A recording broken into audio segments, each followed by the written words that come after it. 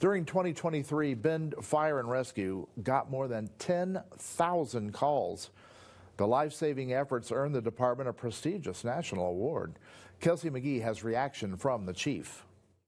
There's always challenges in our line of work, but thankfully 2023 was a great year for us. Looking back at 2023, Bend's fire chief recognizes the challenges, trends, and accomplishments. Highlights include the EMS Gold Award for stroke and heart attack care from the American Heart Association. The Mission Lifeline is a national set of parameters that AHA puts together that says these are the marks that basically denote good cardiac or stroke care. EMS is graded on factors like how fast they can get an EKG on a patient or how fast aspirin is given in the field. Meeting requirements more than 75% of the time earns a gold award. Bend is the only agency in Oregon to receive the recognition.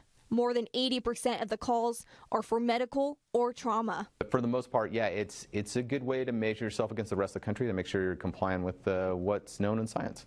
Fire Chief Todd Riley points to the local option levy passed last May as another highlight. We will start collecting revenue on that levy this November, so we haven't started collecting that revenue yet. However, by passing that 5-year local option levy, we were able to sustain our staffing at the Pilot Butte station. While he considers it an achievement, the levy also served as a challenge. The department prefers not to ask the public for additional funding.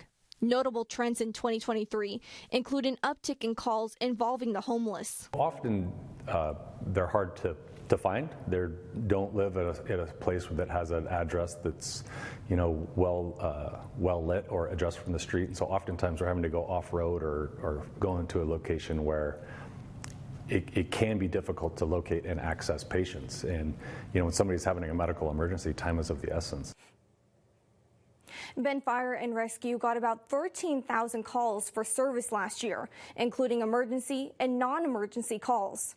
Kelsey McGee, News Channel 21.